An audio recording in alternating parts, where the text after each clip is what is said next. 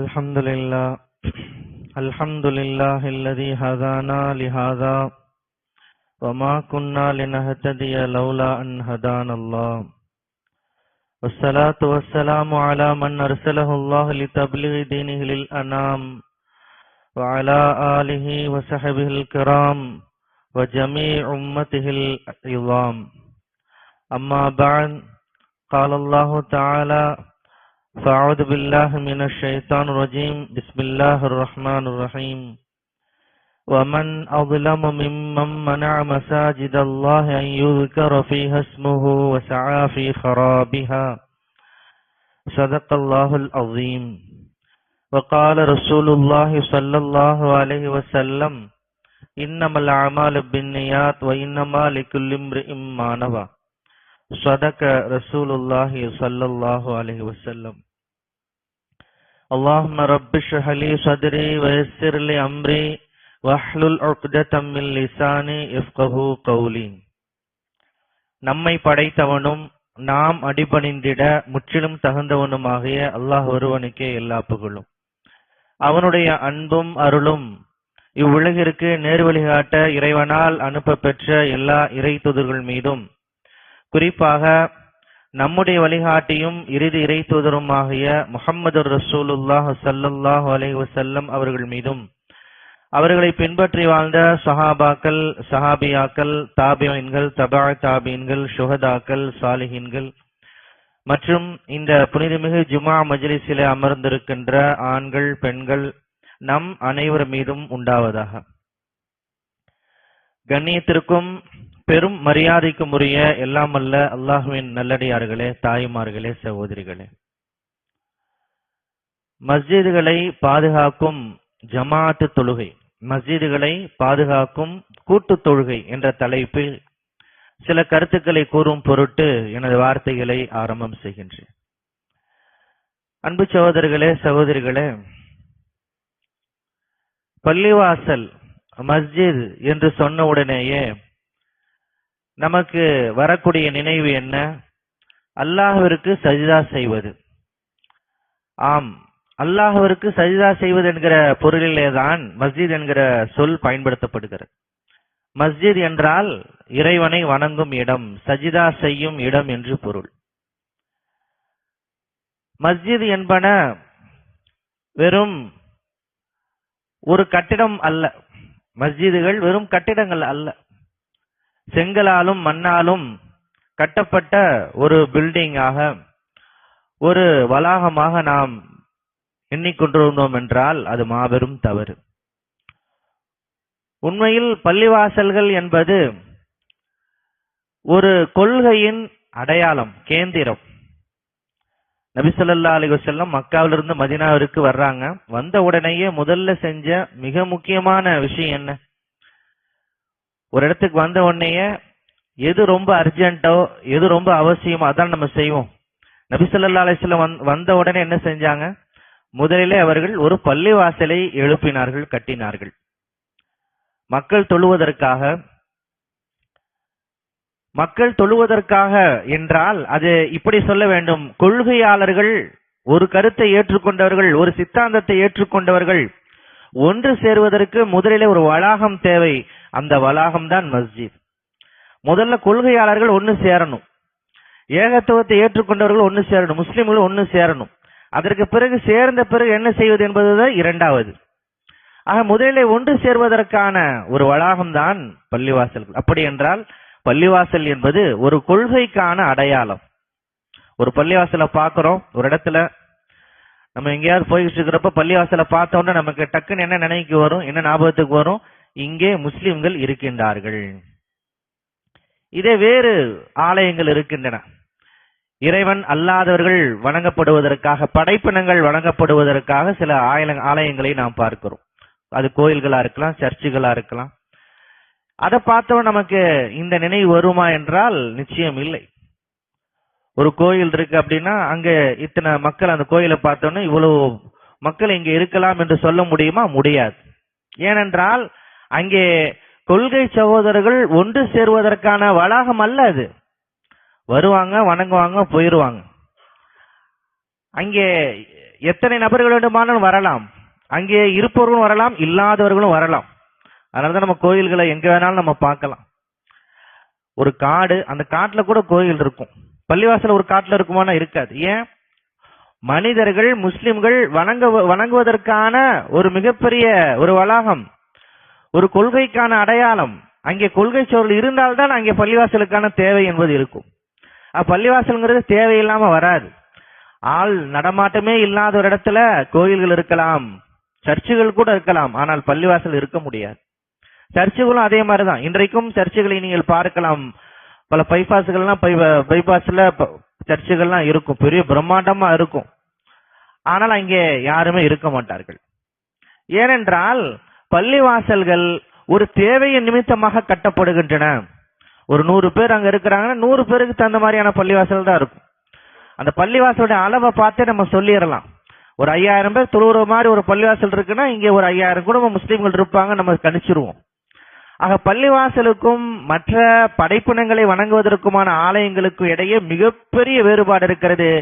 அடிப்படை வேறுபாடு என்ன? பள்ளிவாசல்கள் ஒரு கொள்கைக்கான அடையாளம்.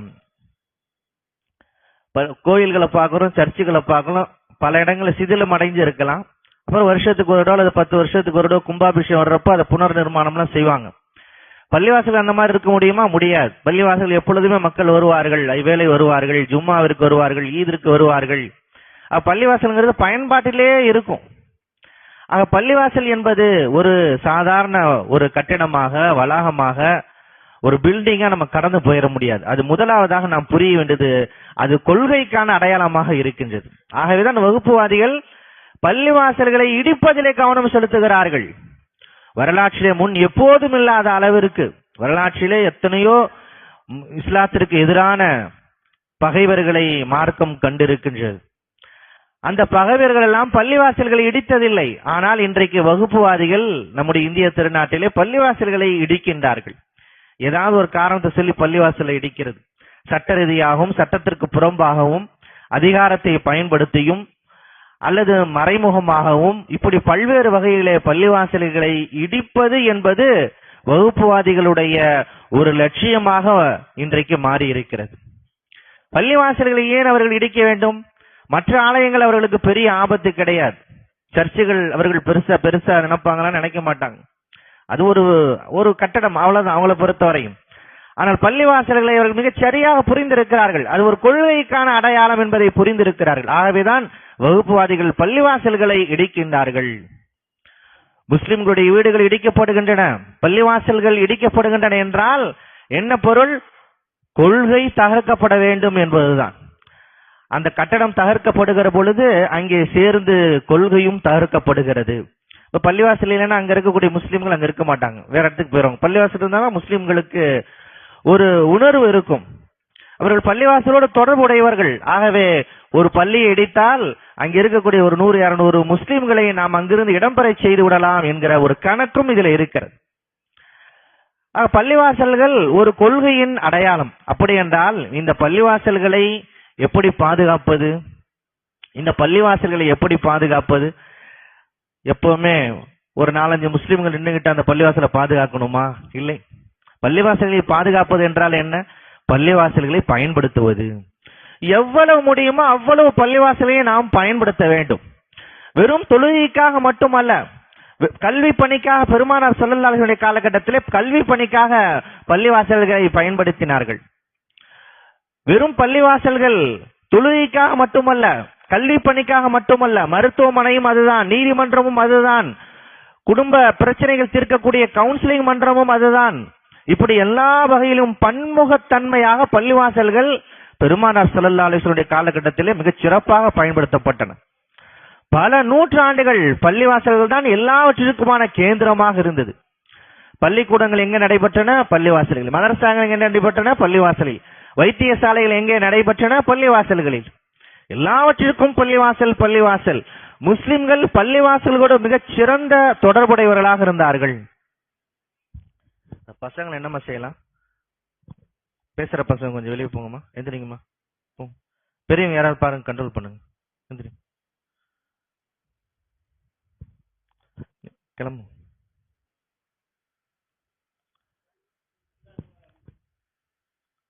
அமைதியா இருந்தா இருக்கலாம், தாராளமா இருக்கலாம், ஒன்றும் பிரச்சனை இல்லை. அன்பு சகோதரர்களே, சகோதரிகளே, பள்ளிவாசல்கள் எல்லா வகையிலும் பயன்படுத்தப்பட வேண்டும். அதிலும் குறிப்பாக தொடக்கமாக ஜமாத் தொழுகைக்கு பள்ளிவாசல்கள் பயன்படுத்தப்பட வேண்டும். இதுதான் இந்த தலைப்புடைய மிக முக்கியமான நோக்கம். நான் கடந்த வாரம் கூட இதை குறிப்பிட்டு காட்டினேன். பள்ளிவாசல்கள் இடிக்கப்படுகிற பொழுது நாம் கவலைப்படுகின்றோம் என்றால், யாருக்கு கவலைப்படக்கூடிய அருகதை இருக்கிறது என்றால், யார் பள்ளிவாசல்களே மிகப்பெரிய அளவிலே கவனம் செலுத்தி ஜமாத் தொழுகையிலே கலந்து கொள்கிறார்களோ அவர்களுக்குத்தான் அந்த கவலைப்படுவதற்கான உரிமையும் அருகதையும் இருக்கிறது. நான் எந்த ஜமாத் தொழுகைக்கும் கலந்து கொள்வது கிடையாது. ஃபஜ்ருக்கு செல்வதில்லை, லொஹருக்கு செல்வதில்லை, மகரிபுக்கு செல்வதில்லை, இஷாவிற்கு செல்வதில்லை, ஜும்மாவிற்கு மட்டுமே செல்கிறேன். சில போது ஜும்மாவிற்கும் நான் செல்வதில்லை, வெறும் ஈதுக்கு மட்டும் நான் செல்கிறேன் என்றால், எத்தனை பள்ளிவாசல் இடிக்கப்பட்ட நமக்கு என்ன கவலை? நம்ம தான் பள்ளிவாசலுக்கு போறதே இல்லையே. பள்ளிவாசலுக்கு செல்லாதவர்கள் ஏன் பள்ளிவாசல் இடிக்கப்படுவதை பற்றி கவலைப்பட வேண்டும்? பள்ளிவாசலுக்கு நாம் செல்லாமல், பள்ளிவாசல்களை நாம் பயன்படுத்திக் கொள்ளாமல், அதுவும் ஒன்றல்ல இரண்டல்ல, ஒரு மஹல்லாவிலே 90% மக்கள் பள்ளிவாசலை பயன்படுத்துவதில்லை என்றால், அந்த மஹல்லாவிலே பள்ளிவாசல் இருந்தால் என்ன, இல்லாவிட்டால் என்ன? அந்த பள்ளிவாசல் எந்த பயனுமே இல்லையே. யார் அங்கே பயன்படுத்துகிறார்கள்? ஒருவரும் பயன்படுத்துவது கிடையாது. ஒரு 100 நபர்கள் வர வேண்டிய பள்ளிவாசலிலே 2 நபர்கள் வருகிறார்கள் என்றால் அவ்வளவு பெரிய வளாகம் எதற்காக? ஜும்மா தொழுகைக்கு மட்டும்தான் வருவோம் என்றால், ஜும்மா தொழுகைக்கு மண்டபங்களை நாம் வாடகைக்கு எடுத்துக் கொள்ளலாம். ஈது தொழுகைக்கு மட்டும்தான் வருவோம் என்றால் உழவர் சந்தை போன்ற மைதானங்கள் இருக்கின்றன, அந்த மைதானங்களை நாம் வாடகைக்கு எடுத்துக் கொள்ளலாம். ஒவ்வொரு நாளும் ஐவேளை தொழுகைக்காகத்தான் பள்ளிவாசல்கள் கட்டப்படுகின்றன. பள்ளிவாசல் அஸ்திவாரம் போடப்படுது, கிபிலா வைக்கப்படுது. எந்த நியத்துல கட்டப்படுது? ஜும்மா மட்டும் மக்கள் பயன்படுத்துவாங்கிறதுனாலயா? ஐவேளை தொழுகைக்கு வருவார்கள் என்கிற காரணத்தினாலேதான். பல இடங்களை நம்ம பார்க்கிறோம், கிராமங்கள்ல புறநகர்கள்லாம் பார்க்கிறோம், பள்ளிவாசல்கள் இருக்கின்றன, பிரம்மாண்டமாக இருக்கின்றன. ஆனால் ஐவேளை தொழுகைக்கு மக்கள் வருவதே கிடையாது. வேறு வழி இல்லாமல் பெரியவர்கள் முதியவர்கள் வருகிறார்கள். அவர்களை பொறுத்தவரை அது ஒரு டைம் பாஸ். பள்ளிவாசலுக்கு வருவது ஒரு டைம் பாஸ். அவர்கள் வருவார்கள், வரத்தான் வேண்டும், வேறு வழி இல்லை. ஆனால் பள்ளிவாசலுக்கு யார் சிறப்பாக வர வேண்டும்? சிறுவர்கள் வர வேண்டும், இளைஞர்கள் வர வேண்டும், நடுத்தர வயதினர் வர வேண்டும். ஆனால் எங்களுக்கும் இந்த பள்ளிவாசலுக்கு எந்த தொடர்பும் இல்லாத போல சிறுவர்களும் பெரியவர்களும் நடுவயதினரும் பள்ளிவாசலை புறக்கணிக்கிற பொழுது பள்ளிவாசல்கள் இடிக்கப்படுவதை குறித்து நாம் ஏன் கவலைப்பட வேண்டும்? நாம் தான் பள்ளிவாசலுக்கே போறதே கிடையாது. வெறும் ஜும்மாவிற்கு சென்று விட்டால் பள்ளிவாசலுக்கும் நமக்குமான தொடர்பு நிறைவடைந்து விடுகிறது. ஆனால் ஜமாத் தொழுகை குறித்து ஆர்வப்படுத்துகிற ஏராளமான செய்திகளை பெருமானார் ஸல்லல்லாஹு அலைஹி வஸல்லம் அவர்கள் நமக்கு எடுத்து சொல்லி இருக்கிறார்கள். சாதாரண நம்ம வீட்டுல தொழுகிறோம், பள்ளிவாசல்ல வந்து ஜமாத்தோட தொழுதோம் அப்படின்னா பன்மடங்கு நன்மை அதிகம். ஒவ்வொரு நாளும் நாம் பன்மடங்கு நன்மையை இழக்கின்றோம். இங்கே நாம் தொழுபவர்கள் குறித்து பேசுகிறோம். தொழுகையை பேணுதலாக தொழுபவர்கள், அவ்வப்போது ஜமாத் தொழிலை கவனம் செலுத்தாமல் வீடுகளிலே தொழுது கொள்பவர்களை குறித்து நாம் கவலைப்படுகின்றோம். எவ்வளவு அற்புதமான நன்மைகளை இழந்து கொண்டிருக்கிறார்கள் என்பதை நாம் எண்ணி பார்க்க வேண்டும். 27 மடங்கு நன்மை என்றால் சாதாரணமா? ஒரு மனிதர் காபாவிற்கு அருகிலே இருக்கிறார், காபாவிலே அவர் தொழுவதில்லை, வீட்டிலே தொழுது கொள்கிறார் என்றால் நாம் என்ன நினைப்போம்? 1,00,000 மடங்கு நன்மை கிடைக்கக்கூடிய ஒரு அற்புதமான நன்மையை இழந்துவிட்டு வீட்டிலே தொழுகிறான் என்று நாம் அங்கலாய்ப்போம் இல்லையா? அப்படி என்றால் நாம் யார்? நம்ம வீட்டு பக்கத்திலே தான் பள்ளிவாசல் இருக்கு, ஆனா ஜமாத் தொழுகைக்கு வரதில்லை. 27 மடங்கு நன்மையை நாம் இழந்து விடுகிறோம் என்றால் அவர்களுக்கும் நமக்குமான வித்தியாசம் என்ன? பெருமானார் ஸல்லல்லாஹு அலைஹி வஸல்லம் அவர்கள் ஒரு அளவுகோலை சொல்கிறார்கள். பள்ளிவாசல் ஜமாத் தொழுகை நடைபெறுகிறது, யாரெல்லாம் கலந்து கொள்ள வேண்டும், யார் கலந்து கொள்ளாமல் இருப்பதற்கு அனுமதி இருக்கிறது? உடல்நிலை சரியில்லாதவர்கள், முதியவர்கள், மிகச் சிரமப்படக்கூடியவர்கள், அவர்கள் பள்ளிவாசலுக்கு வருவது மிகச் சிரமத்தோடு வருவார்கள் என்றால் அவர்களுக்கு அனுமதி இருக்கிறது. பெருமானார் ஸல்லல்லாஹு அலைஹி வஸல்லம் அவர்கள் பாங்கு சத்தம் கேட்டால் அப்படி என்றால் பள்ளிவாசலுக்கு வர வேண்டும் என்ற அளவிற்கு பெருமானார் ஸல்லல்லாஹு அலைஹி வஸல்லம் அவர்கள் சொல்லிக் கொண்டிருக்கிறார்கள். அப்பொழுது கண் தெரியாத ஒரு சஹாபி, பார்வையற்றவர், அவர் பெருமானார் ஸல்லல்லாஹு அலைஹி வஸல்லம் இடத்தில் கேட்கிறார், நானும் ஜமாத் தொழுகைக்கு வர வேண்டுமா? என் மீதும் கடமையா? ஏனென்றால் நான் சிரமப்பட்டு வர வேண்டும், பல நபருடைய ஒத்துழைப்பை நான் வேண்டி நிற்க வேண்டும், நானும் ஜமாத் தொழுகைக்கு வர வேண்டுமா? உடனே பெருமானார் ஸல்லல்லாஹு அலைஹி வஸல்லம் அவர்கள் சொன்னார்கள், உங்களுக்கு அனுமதி இருக்கிறது, நீங்கள் வர வேண்டிய அவசியம் இல்லை. அவர் அந்த பதிலை கேட்ட உடனே மிக மகிழ்ச்சியோடு அவர் திரும்பி செல்கிறார். அவர் திரும்பி 2 அடி தான் எடுத்து வச்சிருப்பார். உடனே பெருமானார் ஸல்லல்லாஹு அலைஹி வஸல்லம் அவர் நிறுத்தினார்கள். கேட்டார்கள், பள்ளிவாசல்ல பாங்கு சொன்னா அந்த சத்தம் உங்களுக்கு கேக்குதா என்று நபி ஸல்லல்லாஹு அலைஹி வஸல்லம் அவர்கள் கேட்டார்கள். இப்போ நம்ம பாங்கு சொல்றோம், மைக்ல சொல்றோம், ஒலிபெருக்கில சொல்றோம், பல இடங்களுக்கு பாங்கு சத்தம் கேட்கிறது. அப்பொழுது ஒலிபெருக்கெல்லாம் கிடையாது. பள்ளிவாசல்ல சொன்னா அதிகபட்சம் எவ்வளவு தூரம் கேட்கும்? ஒரு 10 மீட்டருக்கு அவருடைய சப்தம் கேட்கலாம்.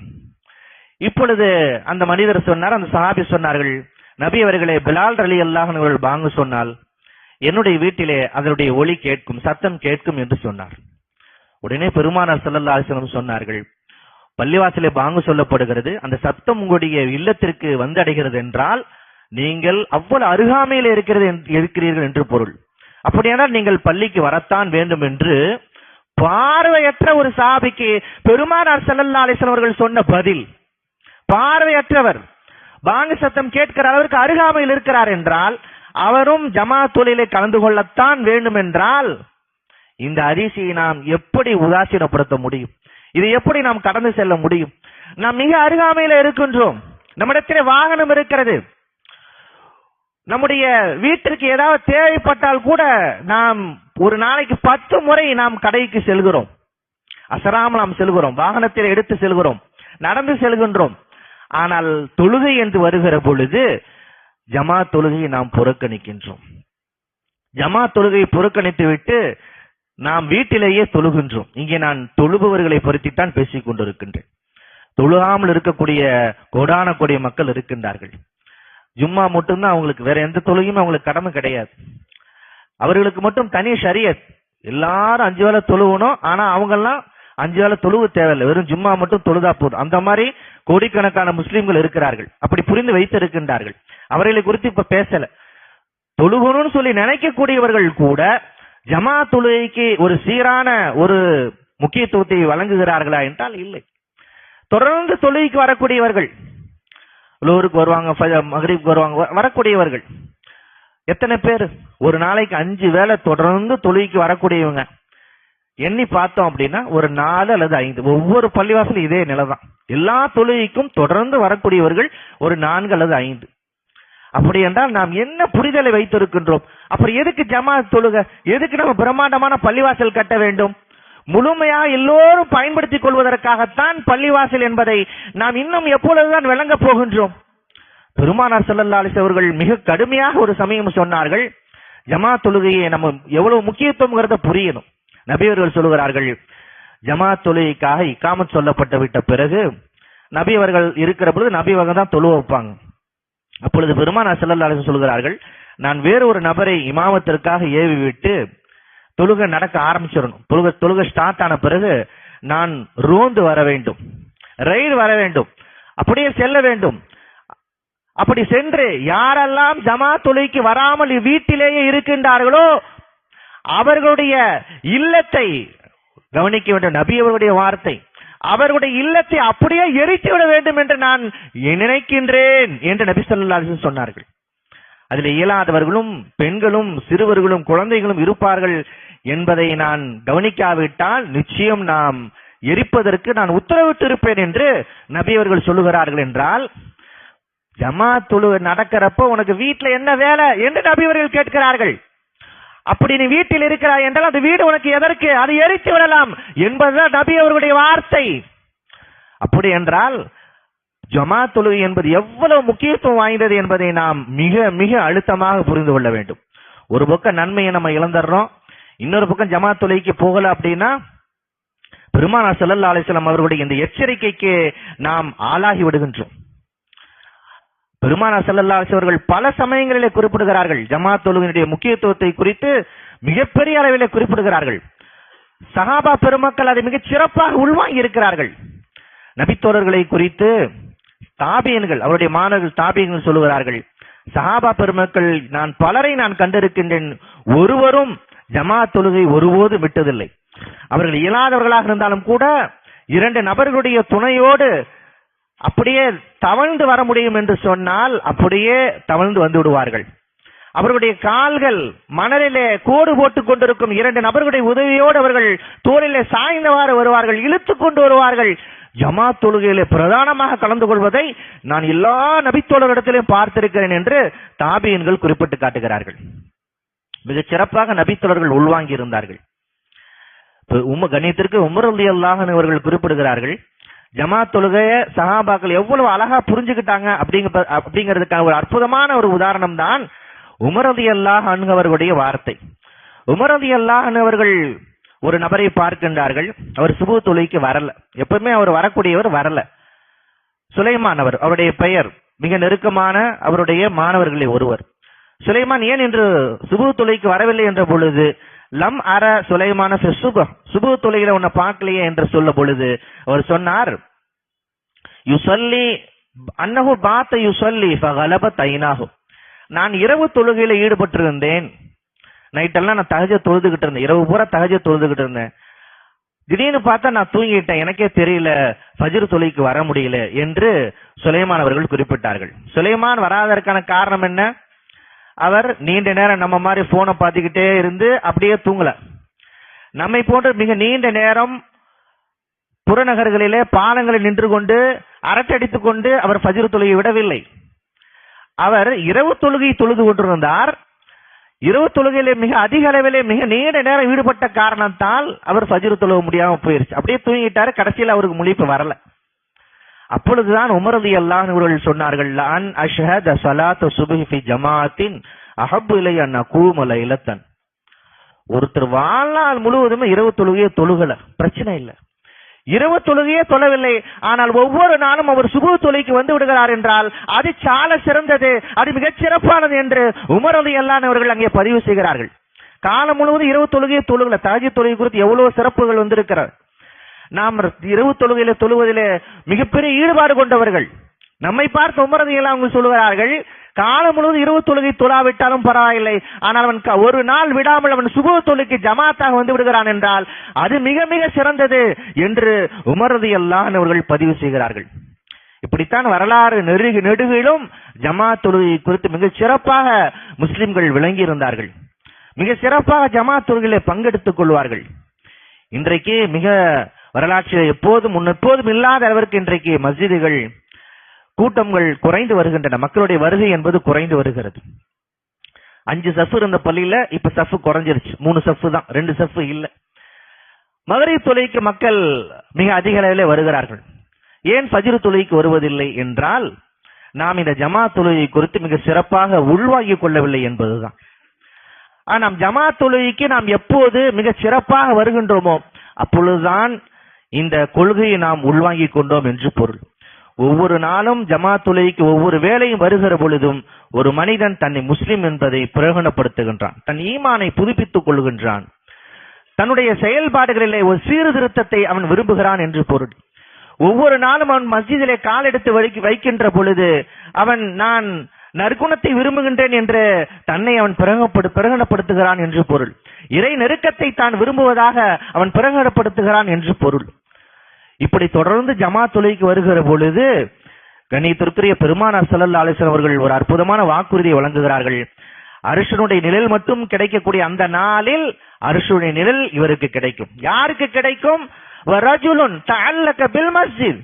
பள்ளிவாசலோடு தன்னுடைய உள்ளத்தை தொடர்பு வைத்திருக்கிற, பள்ளிவாசலோடு அவ்வப்போது வர வேண்டும், செல்ல வேண்டும், அங்கே தங்க வேண்டும் என்கின்ற எண்ணம் கொண்ட ஒரு இளைஞருக்கு அர்ஷுடைய நிழல் கிடைக்கும் என்று நபி ஸல்லல்லாஹு அலைஹி வஸல்லம் அவர்கள் குறிப்பிட்டு காட்டுகிறார். ஒரு அற்புதமான வாக்குறுதியை நபி அவர்கள் குறிப்பிடுகிறார்கள். அர்ஷுடைய நிழல் கிடைக்க வேண்டுமானால் நாம் ஜமாத் தொழுகைக்கு வர வேண்டும். கூடுதலாக நன்மை கிடைக்க வேண்டுமானால் நாம் ஜமாத் தொழுகைக்கு வர வேண்டும். அதே போன்று நம்முடைய கொள்கையை நாம் புதுப்பிக்க வேண்டுமானால் நாம் ஜமாத் தொழுகைக்கு வர வேண்டும். இப்படி மஹல்லாவில் இருக்கக்கூடிய எல்லோரும் ஜமாத் தொழுகையிலே மிக சிறப்பாக கலந்து கொள்கிறார்கள் என்றால் அப்பொழுது நாம் இறைவனிடத்திலே கையேந்தி பிரார்த்திக்கின்றோம், இறைவா இந்த பள்ளிவாசலை காப்பாற்று. நாங்கள் எப்படி இந்த பள்ளிவாசலை வளப்படுத்துகின்றோமோ, எப்படி காப்பாற்றிக் கொண்டிருக்கிறோமோ அதே போன்று எதிரில் உள்ள கையிலிருந்து இந்த பள்ளிவாசலை இறை இல்லத்தை காப்பாற்று என்று சொன்னால் இறைவன் நிச்சயம் நம் பிரார்த்தனை ஏற்றுக்கொள்வான். நாம் ஜமாத் தொழுகைக்கு வராமல் எத்தனை 1000 கைகள் இறைவனை நோக்கி நீண்டாலும் இறைவன் நினைத்து விட்டால் இந்த பகைவர்கள் மூலமாக, இந்த வகுப்புவாதிகள் மூலமாக இந்திய திருநாட்டுடைய எல்லா பள்ளிவாசல்களும் தகர்த்தெடுத்து விடுவதற்கான வாய்ப்பு இருக்கிறது. அல்லாஹ் காப்பாற்ற வேண்டும். அப்படிப்பட்ட ஒரு நிலை வராமல் இருக்க வேண்டுமானால், எதிரிகளுடைய பகைவர்களுடைய கால் பள்ளிவாசலே படாமல் இருக்க வேண்டுமானால், அவருடைய கடப்பாறை பள்ளிவாசல்களே படாமல் இருக்க வேண்டுமானால், நம்முடைய கால்கள் பள்ளிவாசலே பட வேண்டும். எல்லாம் அல்ல அல்லாஹ் அத்தகைய ஒரு நற்பெற்றினை நம் அனைவருக்கும் வழங்குவானாக என்று துஆ செய்து இந்த அளவில் நிறைவு செய்து வருகிறேன்.